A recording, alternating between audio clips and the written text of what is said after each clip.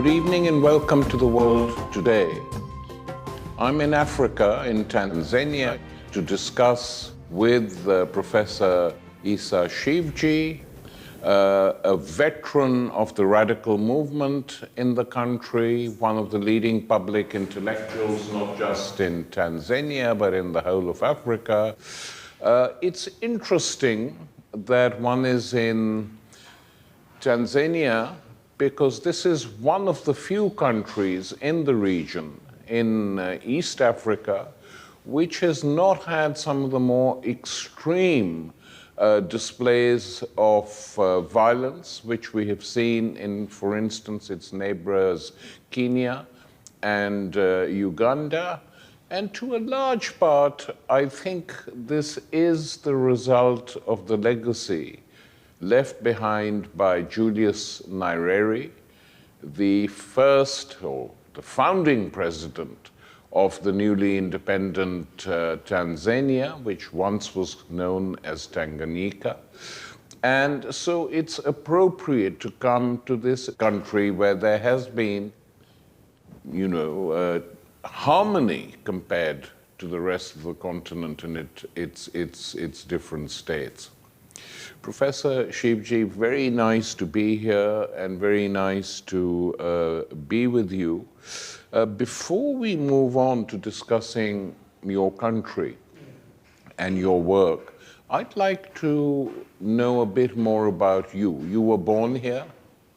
Your family came from where? Both my parents were born here. But I guess my grandparents must have come from India. And as was the case then, most of them came from Gujarat. One of my parents, my father, was born in Zanzibar, and my mother was born in Bukoba, which is one of the regions of Tanzania. So I have grown up totally here. And I had some experience of the colonial period because I was born in 46, the 50s period.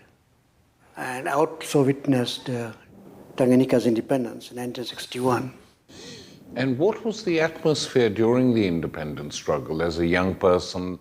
My personal experience of independence is that the colonial society, of course, was a segregated society. We had the hierarchy of races. Whites at the top, Asians in the middle, and Africans at the bottom. Like in many parts of Africa, or British colonialized Africa. Absolutely. And I think they very effectively used the Asian middle person as a kind of buffer. Against the Africans. Against the Africans. So in that sense, my surroundings and the community, of course, had mixed feelings. On the one hand, there was this fear of what would independence mean to them. But on the other hand, I remember as a young person, when I saw our leaders talking and so on, I used to keep a notebook and I would paste pictures of the new leaders with captions, describing them. And once I started the secondary school, then I was exposed more and more to independence and the rights of people. I was making notes both for our interview and for various other things I'm going to be doing in Tanzania.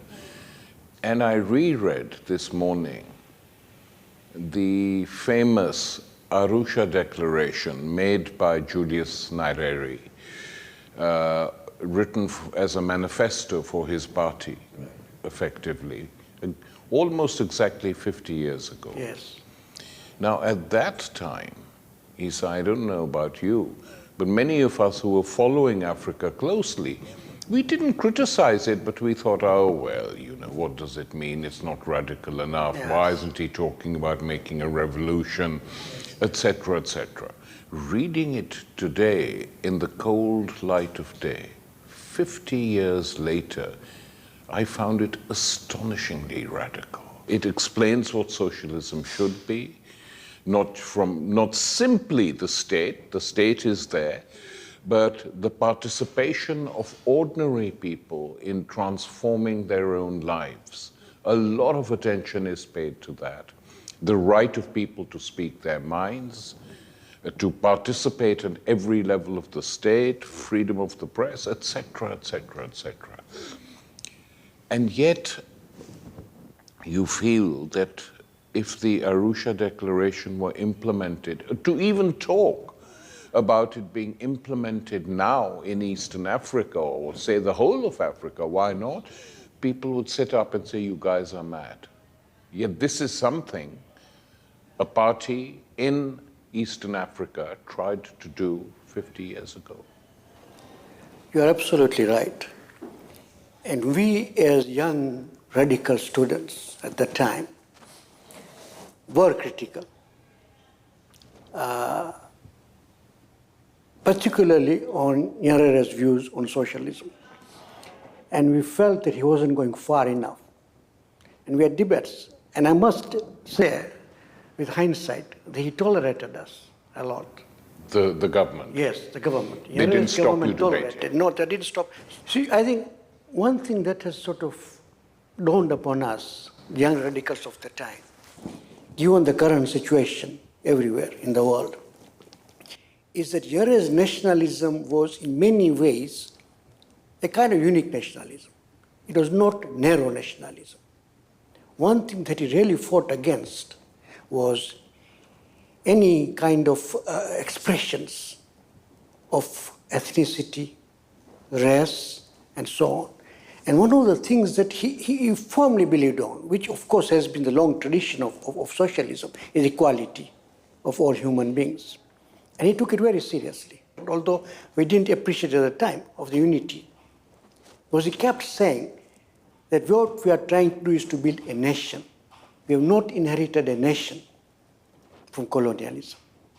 Okay? So we are trying to build a nation. And how do you build a nation? So for him, unity was above everything else. And I think that was at the time very important. To a certain extent, we are now enjoying that legacy of unity. Although now, with neoliberalism, fractures have started to appear. Okay? But one thing consistently argued that don't ethnicize politics. Okay? You may have ethnicism, ethnical groups as your expression of diversity, but don't ethnicize politics. What about tribalism? Exactly, and that's what he meant. Because in Kenya, there was a huge absolutely. tribal conflict. Absolutely. Looking with hindsight, we could have developed tribalism. Okay, if not tribal, definitely regionalism, which is beginning to rear its head. Okay, but we owe to Nyerere that he tried to unite, and he never accepted. He's absolutely very strong on it. Okay, and one thing is that very early in the independence period, almost a year after independence, he abolished chiefs. Chiefdoms were abolished in this country. Okay. And chiefs were, some of them from pre-colonial times, but some of them were actually created by colonialism. Of course. They were created by colonialism. Yeah. And colonialism used tribalism to divide the people. And they had become symbols of tribes, you know. But he abolished chiefdom very early in the period. You know. And he even managed to get some of them on his side in the national movement. What was his Nyerere's own background, Issa? Nyerere himself came from a small ethnic group called Wazanaki, and he came from a chiefly family, but his father was one of the persons who was created by colonialism as chief. But from his childhood, and he actually went to school at a very late age, at 11. Before that, he was like any other peasant child, accompanying his mother to fields, doing hoeing, looking after cattle, livestock, and so on. And one thing that he, from very early period, kind of detested was hierarchy, inequality. And although he was a devout Catholic, in private, he did not like hierarchy that you find in Catholicism. What is the religious structure of the country in terms of Christianity, Islam, whatever? Some would say that it's almost equal. Okay. Some would say that Muslims are slightly more larger and so on. But we don't only have Muslims and Christians, but we also have, of course, derogatorily called pagans by the colonialists, but people who follow traditional religions. Like in Nigeria? Yeah, like as opposed to imported religions. So they also form a big group, although increasingly, of course, it is diminishing. Issa, let's move now to what began to happen to these countries. Of course, your own country, but Africa in the 80s, when the International Monetary Fund, structural adjustment programs, when the old dreams of socialism effectively died or were killed off and people were unhappy, given what was happening in other parts of the world and in Africa itself. And then after the final victory of the United States and their empire and their system, everyone, or not everyone, but most politicians clambered onto the bandwagon. Right. And effectively abandoned independent politics and embraced money. The clink, clink, clink of money became a dominant feature in political life, not just in Africa, but all over the world. This is a sort of universal phenomenon which is refracted in different ways in different parts of the world, depending on local conditions. But effectively that happened here as well, a continent that already had enough problems, and the results have been appalling, really. Now, since the 2008 crash, there are attempts being made to introduce some degree of social democracy, but very weak attempts so far, nothing major. As far as the political, financial elite that runs this world is concerned, all you need is a little sticking plaster and you will stem the flow of blood, and then till the next time. But the effects of all this in Africa have been dire, have they not? They have been devastating. The structural adjustment programs in Africa, which introduced in the early 80s and continued for almost 2 decades, have been devastating, particularly at the level of social benefits. But Tanzania had gone quite far with it, okay, in terms of literacy programs, health, and so on, which was, when you look at it objectively from the point of view of political economy, it was part of the social wage of the working people. Okay? Now, with structural adjustment program, all that, of course, was removed. They were not allowed to give any subsidy, everything should be exposed to the market, okay, financialized, etc., etc. So last 5 years of Nyerere, from 1980 to 1985, were extremely critical. And I lived through it, we lived through it, so we remember it. We were extremely critical. The economic situation was very bad, and people's well-being had been affected in a major way. And to a certain extent, of course, it has expressed itself in politics as well. Okay? And Mwalimu's own, Nyerere's own popularity had begun to decline. I remember, Tariq, I think in 1984 I was visiting US and Canada. And a very close friend of Nyerere, who was our first principal of the University College, Pratt from Canada, took me out for dinner. And we were just around the corner for the 1985 elections. And Pratt asked me, Issa, what do you think? Should Mwalimu continue or should he not? I said, look, Cranford, let me tell you very honestly. If he continues, he'll go down. If he steps down, he'll go down in history. And Nyerere was far-sighted. That's what he preferred. That's what he did. And you know, some of the articulations of Nyerere, in Swahili, when he sort of finally declared that I'm going to step down, he said, I better live while I still have my senses alert. Now, if you see what has happened recently to Mugabe, when you look back at that, it makes a hell of a lot of sense. I remember it created a huge impact. Yes. That elected head of state who could have been there for, quite a long time, had decided to step down voluntarily. Absolutely, absolutely. He stepped down, and it's very interesting because the first few years he continued to be the chairman of the party, to allow for the transition. And I think his initial thought was that he would be able to do what he did in '62. Immediately after our independence, he became prime minister. After a few months, he resigned as prime minister and went back to the party to strengthen it, to strengthen the support. And I think when he stepped down in '85, he had similar ideas that he would be able to do it again. But when he went around the country and saw the state of the party, he came back very disappointed. He became very disappointed. That's number one. Number two, of course, he saw the signs and read the signs of what was happening in the world, particularly in Soviet Union, Eastern Europe, and so on, with the fall of the Berlin Wall. And he is the one who started the debate on multi-party.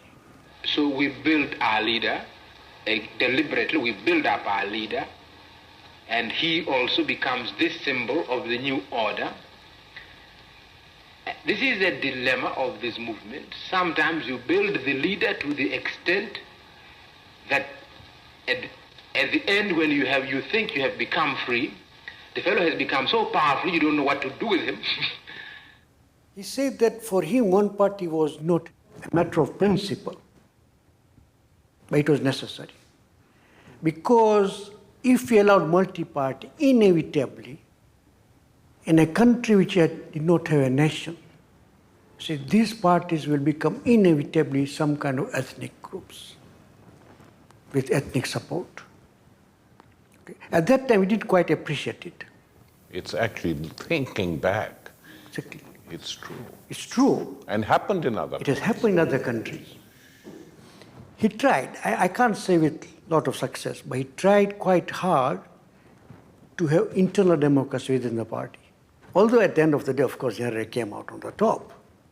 Because when we did get multi-party, Tariq, in the neoliberal circumstances, they have not been a good. No, it's the same all over the world, that neoliberalism, I have argued non-stop, has effectively destroyed meaningful forms of democracy. Absolutely. It's a set of rituals. Party A is in power, Party A's politicians make a lot of money, they work with their favorite corporations, they privatize, they go on the boards of privatized companies. Party A is removed by an election. Party B, which also believes in neoliberalism, comes in and does exactly the same thing. I mean, we have a classic example, it's the sort of mother of parliaments, the Thatcher's Conservative Party and Blair's Labour Party. Nothing to choose between them. And of course, in the United States, this is an old story. People get worked up about Trump, and so they should. But many of the things Trump is saying was said by Reagan, was said by Nixon, was said by Bush, sometimes privately, but sometimes also publicly. Absolutely. This guy says them right into the open. Exactly. See, when the debate on multi-party started, we had an international conference in Arusha, to which Nyerere was invited. And after making his formal speech and so on, we had kind of just discussing. And at that time, there was this proliferation of parties all over Africa. We were in the multi-party enthusiasm about it, which was, of course, supported by the West. So he told us, you know what, I would like to pray to political gods, if there are any, that we should have only two parties. And both parties should be socialist, and both parties should be nationalist. And they can differ on how to implement it. That's what he says, happens. look at multi-party system. Look at your examples that you're giving. In the US, you're Democrats and Republicans, but both parties are capitalist and both parties are imperialist. Absolutely. And it was bloody, he articulated it very well of what so-called multi-party is all about.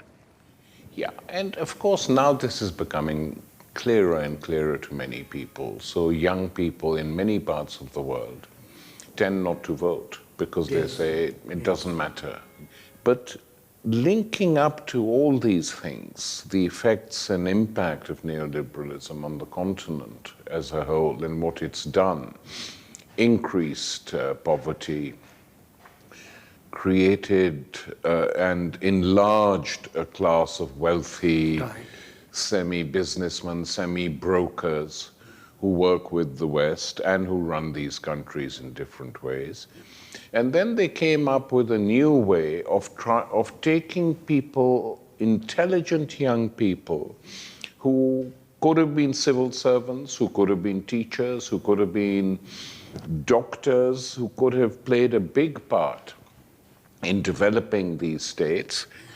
There was a systematic plan to take them away out of the system through this NGOs, non-governmental organizations, which I call WGOs, Western Governmental Organization, pour in money and buy over the cream of the young intelligentsia, put them on huge salaries so they are never tempted or not allowed to participate in any form of liberatory politics. Absolutely, absolutely. The whole vocabulary and the discourse changed. At one time, we used to talk about liberation movements, okay? Not NGOs. These are supposedly non-governmental organizations funded by governmental organizations like DFID, USAID, and so on, which are governmental organizations, okay? And you are absolutely right that many people, young people who would otherwise have been involved in some kind of alternative politics, okay, are taken by NGOs. And I often talk with my friends in NGOs that one time you were being told that think globally, act locally. Now with NGOs we are being told act locally, don't think, we will do the thinking for you. We used to consider ourselves revolutionaries, not activists. Activist is a neoliberal word. Exactly, just act, without thinking about what action you are taking. And the whole discourse has been transformed. But I think, of course, neoliberalism has had a short life, right? The neoliberal triumphalism is already giving way. It's created a huge political vacuum. Right. Which in many cases is being filled by right-wing populist demagogy, people who come to power saying some things which it's difficult to disagree with. But when they come to power, carry on as before. It's become a stepping stone. But then there have also been the emergence of left-wing movements in Spain, in Italy, in France, in Portugal, which are challenging all this. So something is beginning to happen. But you see, at the same time, this move, of course, the right move, also holds great dangers because from Trump to Modi, resting on very narrow nationalism, using all kinds of primordial prejudices. In Africa also we're beginning to see some kind of populisms. And obviously, as we know, populism has its very severe limits, particularly when populism is based on very narrow nationalism. But some of its rhetoric, of course, attracts people because it does address certain very important issues. Yeah. Two things I would like to say. First, for me, neoliberalism was an ideological attack. It had nothing to do with economics, actually. It was an ideological attack not so much on communism as on radical nationalism. And the spokespeople would say it so much, that if you think that you can get out of our systems, you are dreaming. We will not allow it. So first, it was an ideological attack. And number two, all the measures that were taken, extremely polarized our societies. And this is true across the world, Even in Tanzania today, you have on the one day a small group of filthy rich And then you have a large majority, particularly in our case, because we are still a village society, living in a different world. Living in a different world. This is what, who was that Prime Minister of Britain talked about two nations? Disraeli. That's right, World apart. Issa, finally, we are sitting here in Africa, and the largest, most powerful country in Africa, South Africa, has just had a party election. And Zuma, Jacob Zuma, still the president, regarded as totally corrupt by his own party. Right. But hanging on to power, tried to get his wife, ex-wife, nominated as his successor. That seems to have failed, fine. But Cyril Ramaphosa, once used to be a communist militant, is now the richest man in Africa. He is the one who's defeated Zuma. Doesn't that sum up, in a way, the crisis of the whole continent? Absolutely. Tariq, I spent 2 months in Cape Town recently. I came back just about 3 weeks ago. It was amazing. On the one hand, and I was living in Cape Town, which is one of the most divided cities. A beautiful city, but very divided. You could well be in the apartheid era. Okay? But on the other hand, I kept talking to comrades in South Africa. Still, I don't know how long it will last. South Africa society, massive debates. It doesn't take time for them to come out on the streets, demonstrate, critique, okay? So Zuma, left, right, and center, the way there was criticism against him, very impressive. In spite of everything, still one institution in the state, in the bourgeois state, obviously, which seems to function, is the judiciary in South Africa. Now you talk to me about this succession. It is. Cyril Ramaphosa, I always felt here was a man, here was a man comes from that tradition. And how do people just metamorphose? Just can't understand. Remember, he was implicated in the Marikana massacre. And he now becomes, and yet what choice did the people have in those circumstances? What choice? And I think this is one real gap. And probably it is also a critique of whatever left formations that we had. Just when there is a vacuum, just when people are looking for an alternative, the left is not there to provide alternative, a credible alternative. And one of the reasons was that the intellectual body was very decimated by neoliberalism. It was decimated. Our universities were starved of resources. People moved, they became migrants. Many of them, our professionals and so on, went. So when we come to write about this period, what they have done, in many ways it's actually worse than what colonialism did. Colonialism had some responsibility, but the neoliberals had no responsibility. Had no accountability at all. Issa, on that note, we must bring this to an end. It's been a real pleasure seeing you, talking to you, and in Tanzania. Thank you, Tariq. It was great. Sometimes I get annoyed, but sometimes I don't get annoyed. Here I am, former president of my country, no problem in Tanzania. We've never had these problems that they have. But I'm an African, and they see me, and they ask me the problems of Rwanda. I said, but I don't come from Rwanda. But you come from Africa. What's the difference? But I don't meet everybody. I don't meet an Englishman somewhere.